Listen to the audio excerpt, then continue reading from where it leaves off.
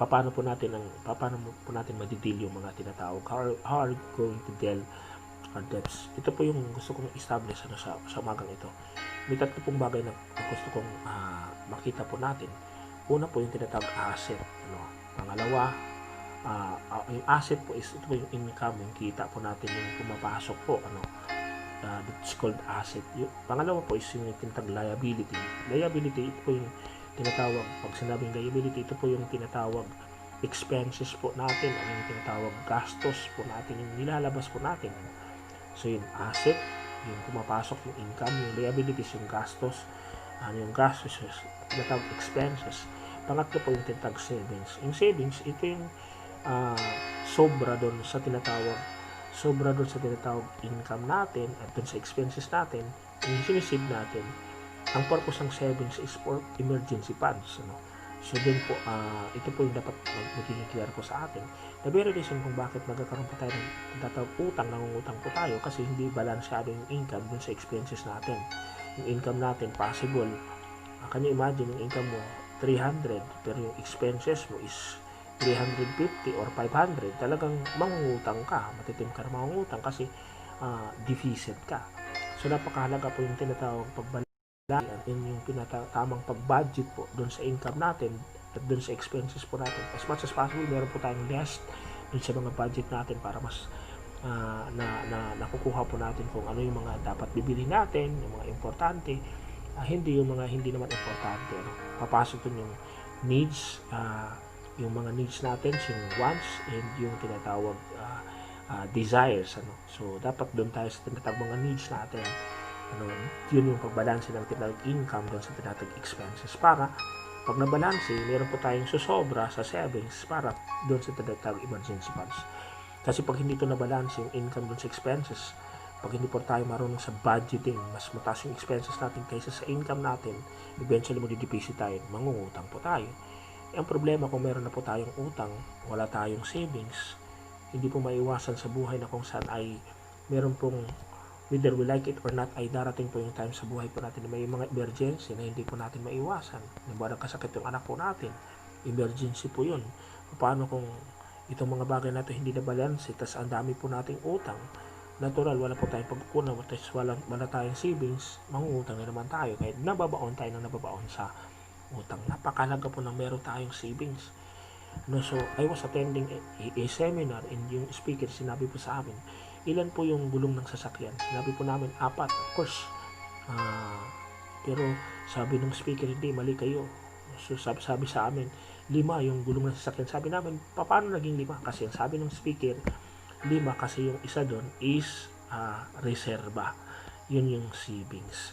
Napakalaga, meron po tayong reserva, meron po tayong tinatawag savings kasi ito yung makikita doon sa mga darating na mga emergency sa buhay natin na hindi natin i-expect. Kaya napakahalaga na kung saan yung income natin, balansado doon sa expenses, and dapat may susobra, may surplus para may savings tayo. And eventually, yung savings na to, ito yung magkikita doon sa emergency. The very reason kung nababaon tayo sa utang kasi itong mga bagay na to ay hindi clear at maliwanag. So, I hope nakatulong po ito sa atin. So, yung tanong ngayon is, lubog ka ba sa utang? The very reason kung bakit nangungutang po tayo is, ito po sa kadahilanan po na maaaring nangungutang po tayo sa kadahilanan, huwag po tayo mangungutang. Let's assume na kung saan pwedeng mangutang, pero ang Biblia nagsasabi na hindi po dapat tayo nangungutang, instead tayo magpapautang. Pero sa pagkakataon na to na kung saan ay especially nakakaranas po tayo ng COVID-19, wala po tayong choice, mangungutang po tayo. Pero I have mayroon po ang mga list dito na kung saan dapat makatulong. I hope na makatulong po sa atin sa pangungutang po natin. Number 1 po, madali lang to. Pwedeng mangutang kung ang utangin natin ay merong babalik na generating income, meaning may gain. Mangungutang ka pero ang purpose is siguro magbe-business ka. Maganda pong rason yun. Huwag po tayo mangungutang na kung saan ang purpose ng pangungutang natin dahil nainggit lang po tayo sa kapitbahay natin, dahil sa kapitbahay natin may smart TV, may flat screen na sila, mangungutang ka. O nainggit ka sa kaibigan mo dahil may bagong, alam mo yun, may bagong cellphone, may bagong gadget, and ikaw ay mangungutang ka. Dahil nainggit ka, ay mangungutang ka rin. Mangungutang ka dahil ipapanghanda mo lang doon sa tinatawag sa birthday, ipapanghanda mo lang doon sa tinatawag darating na piyesta, kaya mangungutang kinasal ka or anniversary ng kasal nyo, yung sa mga handaan. So, wag po natin gagawin yun, kasi kung gagawin po natin yun, maliwanag na liabilities po yun, expenses po yun, at dadagdag po yun sa magiging problema natin. Kasi ang magiging problema natin, saan po tayo kukuha ng pambayad din sa mga bagay na inutang po natin, especially kung yung income natin ay hindi naman ganun stable. Okay lang kung meron tayong source na pagkukunan, maganda pong mangutang, pero kung wala namang source, ay may kasabihan nga ni kung maigsi daw ang kumot, matutong mamaluktot. So, wag po tayong, alam mo yun, wag po tayong kasi meron pong ginagawa nila yung mga pakay na to para pampasikat, para sabihin na sila alam mo yun, hindi po maganda yung motive na gano'n po. And wag po tayo mangungutang for the sake na nangungutang po tayo para ibabayad po natin doon sa mga inutang natin. Yung mga tao po na kung saan ang lifestyle nila, iutang po sila, tapos pag tulog po na kanilang utangan, mangungutang na naman sila, inutang na ibabayad po nila doon sa inutangan nila. So, alam niyo, tataas po yung porsyento doon sa pangungutang nyo. Doon pa lang sa porsyento, may kakilala po ako taga sa amin. Ganun po yung lifestyle na ginagawa po niya. Pumasok po sa mga lending na mga yung mga nagpapautang po, yung mga microfinance. So, lahat halos nalihan niya. So, yung ginagawa niya, uutang siya, tapos pagjulit na doon sa inutang niya, mangungutang doon sa iba kasi ibabayad niya. Dumating po yung time na kung saan yung percentage ng tinatawag utang niya doon sa mga tinatawag na yun ay umabot po ng mga almost 100,000. And alam niyo, to the point po na dahil nabaon na po sila sa utang, matindi po yung nangyari, ay tumakas po sila. So kaya nakakalungkot po na kung saan ay hindi po sila makauwi ng probinsya, hindi po sila makauwi sa amin kasi may kaso po sila kasi ang dami po nilang mga utang. Nawa po ay wag dumating sa punto na kung saan ay ganun po yung mangyayari sa atin dahil doon sa tinatawag hindi po natin makontrol yung sarili po natin na mangutang po tayo na mangutang. Pag hindi po natin na-control yung mga bagay na yun ay darating yung panahon lulubog po tayo. Kaya salamat sa Panginoon sa mga oras na to. Gusto kong sabihin sa iyo, God is in control. Ang Diyos pa, siya po yung may control ng lahat ng bagay. Anumang pangangailangan meron natin, naniniwala ako na ang Panginoon kaya niyang i-provide, kaya niyang ibigay sa atin na anumang pangangailangan meron tayo, sapagkat siya may control ng lahat ng bagay. Anumang kalagayan meron po tayo ngayon sa mga oras na to. Siguro kung tayo man po ay mayroong pinagdadaanan, maaaring mayroong kang tinatawag pinagdadaanan sa mga oras na to, ikaw ay lubog ka sa utang or mayroong kang pinagdadaanan ng mga problema, ang Diyos po ay hindi po siya nagbabago. He is the same yesterday, today, and forever. Kung paanong gumawa siya ng paraan upang yung balo ay tugunin yung pangangailangan ng balo at ma-meet yung problema ng balo natin sa pamamagitan ni Propeta Elisha, nagkaroon na tinatawag God's miracle, nagkaroon na tinatawag milagro. Ang Diyos ay naniniwala ko kaya din gawin ng Diyos sa atin po mga buhay yung ginawa ng Diyos doon sa tinatawag balo. Sa mga oras na to, gusto ko tang i-challenge sa mga oras na to. Kung meron kang pinagdadaanan sa mga panahon na to, na maaring ikaw ay lubog sa utang, maaring meron kang pinagdadaanan na problema. Sabi ng Job chapter 36 verse 15, gusto ko ikot ang Job 36:15, sabi doon, ang tao ay pinaghihirap ng Diyos upang bigyang aral at kanyang pinagdurusa upang mabuksan ng Panginoon. Minsan pinaparanas tayo ng Panginoon ng mga problema, pinaparanas tayo ng tinatawag mga circumstances sa buhay natin upang mabuksan yung pananaw natin, upang bigyang aral tayo, kasi doon tayo tinuturuan ng Panginoon.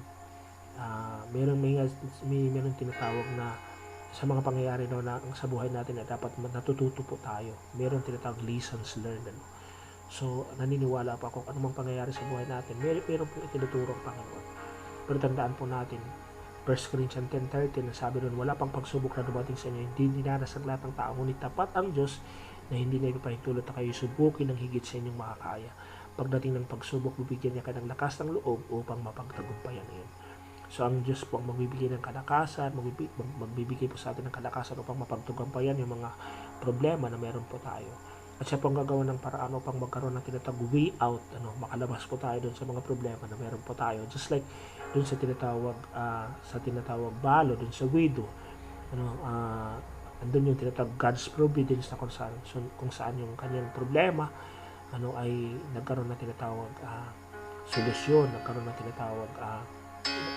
tinatawag solusyon yung mga problema niya dahil doon sa tinatawag instruction na sinabi ni Propeta Elisha. So si Propeta Elisha ginamit ng Diyos para makakaroon ng tinatawag katugunan doon sa tinatawag problema yung balo na to. Sa umagang ito ay I believe ang Diyos ay sinasabi po niya sa atin na kung saan ay patuloy po tayo magtiwala sa Kanya, patuloy po tayo manangan sa Kanyang mga salita, and naniniwala ako kung naniniwala ka lang sa Diyos, sa Panginoon, ay kayang gumawa ng himala ng Diyos.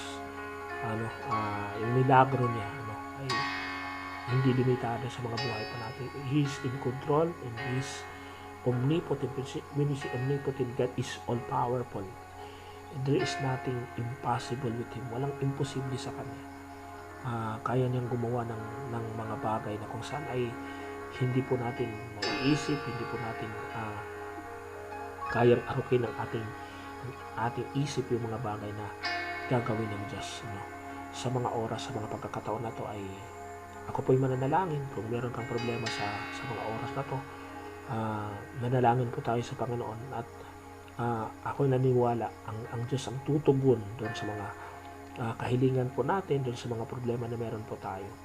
Naniniwala ko ang Diyos ay hindi maiksi ang Kanyang kamay upang hindi po niya tayo abutin, hindi siya bingi upang hindi marinig yung mga daing natin, yung mga panalangin natin sa Kanya sa umagang ito. Manalangin po tayo. Amang banal na makapangyarihan sa lahat, ikaw po ang nakakaalam ng lahat ng bagay. Wala kaming maitatago sa iyo sa mga oras na ito, Panginoon Lord.